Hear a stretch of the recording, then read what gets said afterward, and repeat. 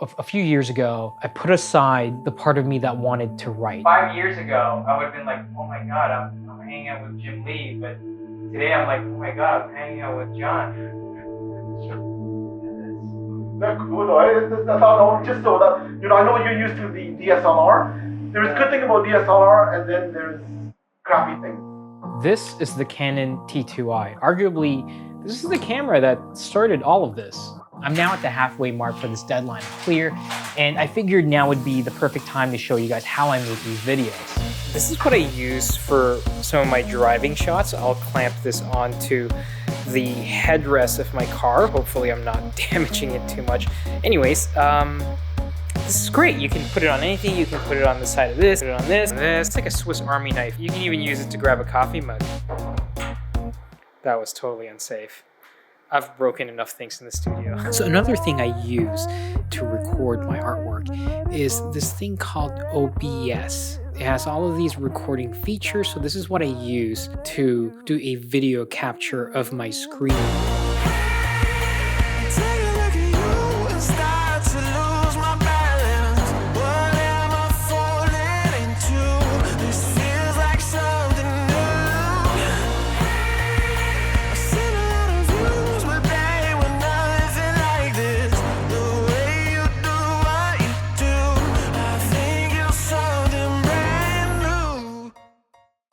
Okay, let's get some of the semantics out of the way. The camera I use is a Fuji X-T3. This is my main camera. I sometimes use my older one, which is a Fuji X-H1. What I'll typically use is the 16-55mm f2.8 lens and my super old but much beloved Tokina 11-16mm f2.8, which I converted from a Canon mount to a Fuji X mount using a Fringer Pro 2. As for mics, I mainly use the Rode Mic NTG as well as the Rode Video Micro. Many years ago, I worked on this television show called Beast Legends, and being on the road for an extended period of time and hanging out a lot with the crew, I got to be pretty familiar with the gear that they used, and every day I would just become more and more fascinated by the cameras they were using, and in particular, some of the more consumer-friendly cameras. Like they had, we were using the Canon 5D as a B-roll camera. After wrapping production on the series,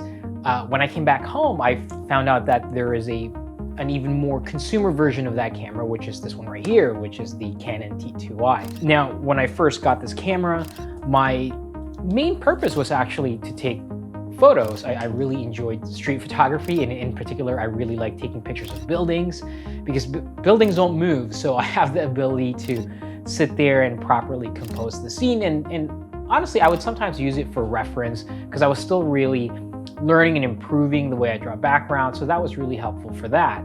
But eventually I started taking pictures of friends and family, and I even got to take pictures of a basketball game, which was super cool. None of these were at a professional capacity. All of these were just as a hobby. These sweet basketball shots, it's courtside seats, which is amazing. So you're thinking, oh man, how did this happen? Well, this was around the time when the Raptors were not doing great, so these seats were dirt cheap. Don't feel too impressed about these seats, but these shots were pretty great. So a little while after that, I discovered that this camera you can switch it to video. And it was just something I never really utilized until I started digging deeper into it and picked up a little stabilizer. And I remember putting it on top of my longboard to have like some smooth rolling shots. That's pretty cool. I even got the mic, got the lights, and it was just something that was fun, that I was playing with. I didn't know for what purpose. Look at this. I know. Hey, if you ever need an assistant, I'll work for free. You really need a driving force to keep things moving forward. And without a purpose or a goal with any of these things, I just fell out of the hobby.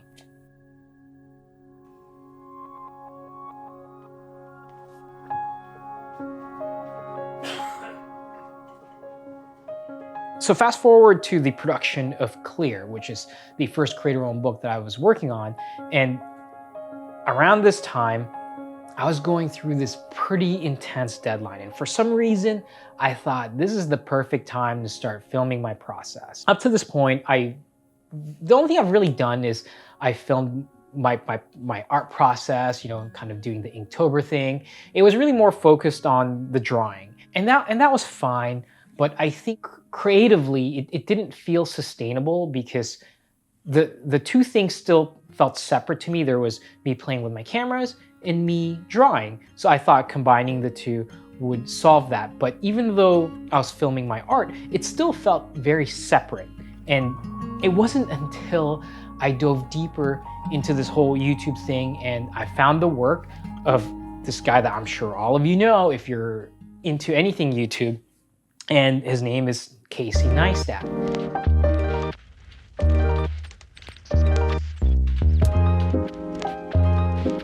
His work, there was something about it that I couldn't quite understand at first because I'm like, oh, these are just vlogs, but there's something different about the way he's doing these videos. And you know, when I become a fan of somebody, I dive deep into their work. I go more towards their older work just to see where they came from to where they are now. And I started watching his old documentary films where I remember watching this one where he was traveling Vietnam with his son, or his short films about like his grandmother's car. There was just something raw and endearing about his films. And I realized what he was doing, he wasn't just making YouTube videos, he was creating exactly that, little short films. And he was applying something that I did every single day in my own profession, which was storytelling. So through his videos, I realized that the skills I acquired being a comic book artist was something that I could combine with my hobby of making little videos.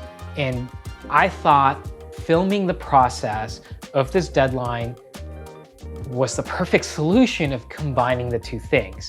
Now, I've never done anything like this before, and so every day I just set up the camera and I film my process of myself working. Let me reenact it for you. I'll usually place my camera in a few spots. I'll either put it over there, that's usually where my plant goes, or I'll put it somewhere in this mountain of crap there, or sometimes I'll put it on this slider. It's very cumbersome to use. I think I've only used it a couple times in this series of videos. I got this off of Amazon. It's essentially a clamp arm. I don't know what it's called. I'll place it right there and I'll angle the camera towards my computer, and that's how you see me drawing. And it was with the intent of basically replicating what Casey did. I mean, I think that's typically how most artists begin when they're starting on a new endeavor, which is replicate something that they enjoy. And so I filmed every single day, but you know, I wouldn't really talk to the camera in a true vlogging style. A lot of these videos, I would insert these talking heads after the fact or narrate them. Except for this video, I talk a lot because I'm showing you some of the things that I use to make these videos and how I use them. But the true revelation and something that really changed this entire process for me, something that I took away from it that has changed the way that I work in comic books and in videos, and it's something that has fed into each other, and it was something that I almost decided to not do and give away. The way I've been able to film and do these things in an efficient way is the fact that when I come into the studio, I only do two things. I sit there and I draw, and I move this camera around and talk every now and then. I've eliminated anything else that takes me away from doing those two things. So, I mean, with the exception of eating and going to the bathroom and stuff. Whoever comes out of that door will see whatever it is I'm doing in this bathroom. I need to put blinds on this. So this is quite a new development. Let's start with a tripod. This is an old Velbon tripod. Using this small rig extension arm. This is a Rode Mic NTG. I have it plugged into a longer 3.5 cable, so that way I can attach it to my camera. It's not like a Joby, it's kind of this snaky looking thing.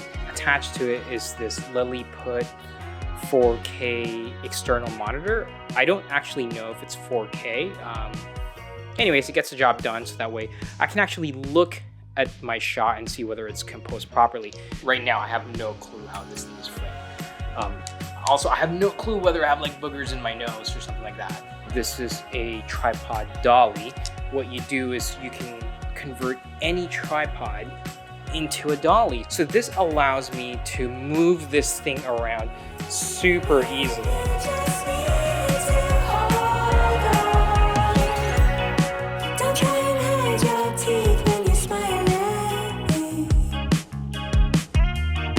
You make my face go red and my heart racing.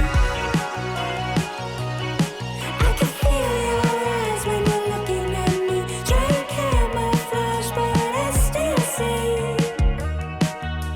You can never hide from me.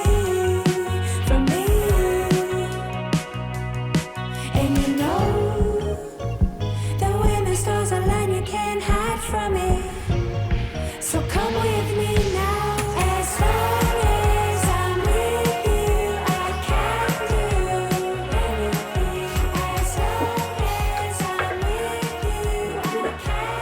So if you have been watching this series, you'll know that it's going at a very glacial pace. Editing is something that feels like walking through mud. Every stride is labored and slow. But much like when you get to the other side, once it's finished, there's something about that process. There's something about cutting the scenes and placing it to music that was very satisfying.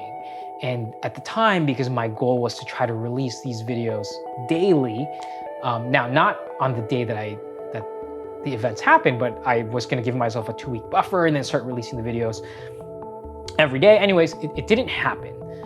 But at that time, I had met this video editor who offered to edit my videos. And I thought this is the perfect solution.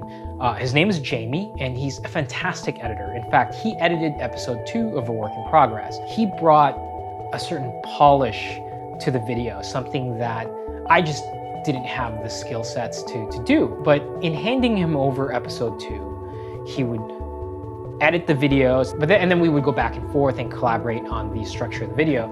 It's just a dirty how to make these videos from a guy that barely knows how to make these videos. Is there any fucking jokes, man? Yeah, this is gonna be fun to edit. Cool, man. All right, let me fire up After that we would clip. finish talking on Discord, I had like this weird feeling like I was giving away the most fun part. I would get jealous that he would get to edit these clips. Not because the clips are good, but just because I would put myself back into that place of being in the editing room. By editing room, I mean, it's the same studio. Most of the time it's in my basement. Thinking about him editing the stuff and putting myself in that position, I would get like these feelings of like, oh man, that is so much fun, you know? And it occurred to me that as good as Jami is, I couldn't hand off the editing. Once you're editing the clips, the story is beginning to unfold, and I couldn't just shoehorn what I wanted the day to be about.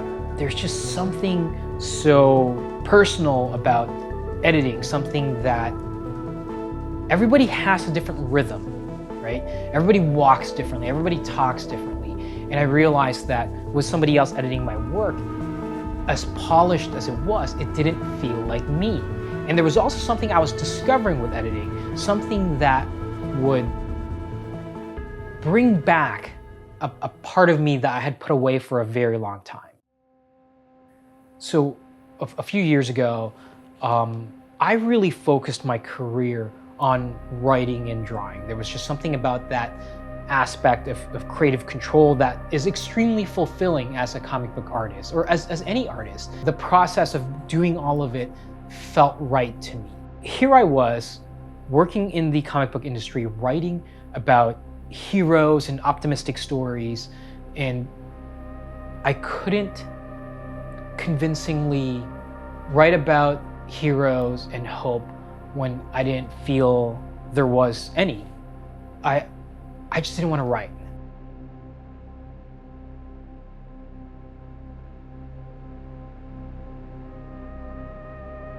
So I put aside, I tucked away the part of me that wanted to write.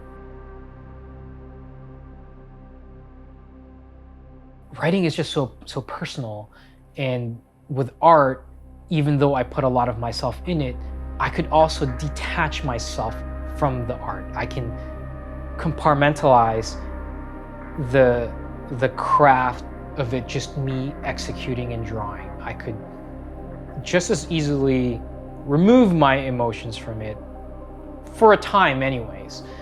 And by happenstance, and something that I just didn't think would be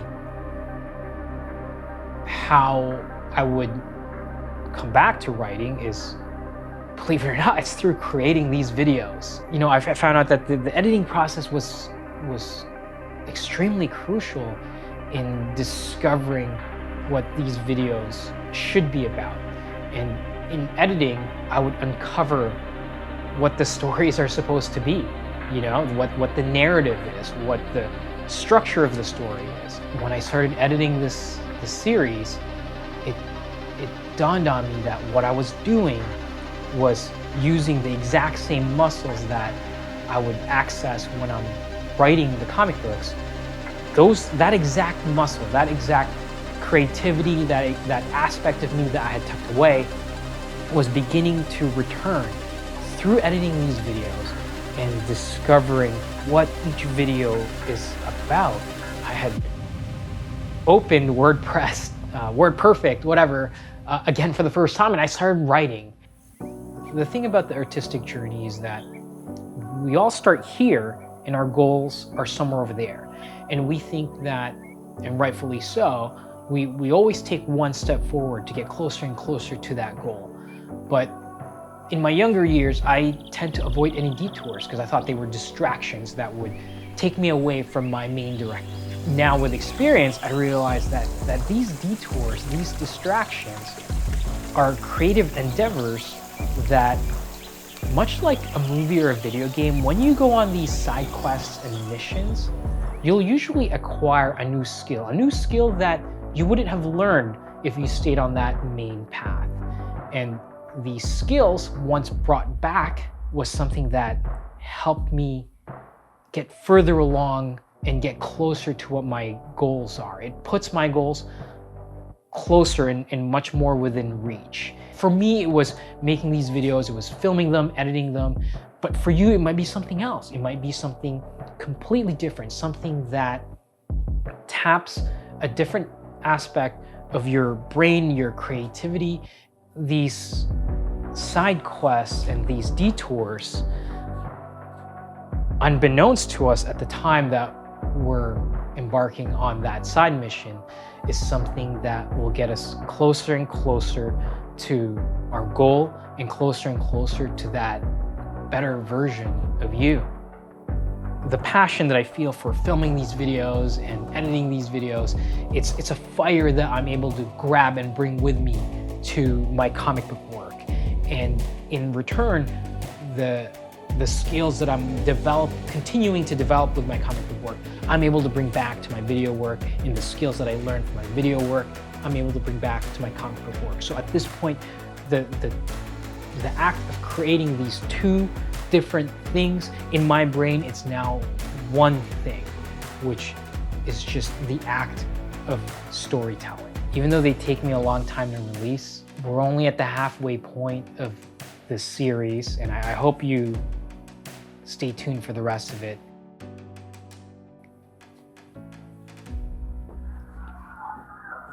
Check out my office.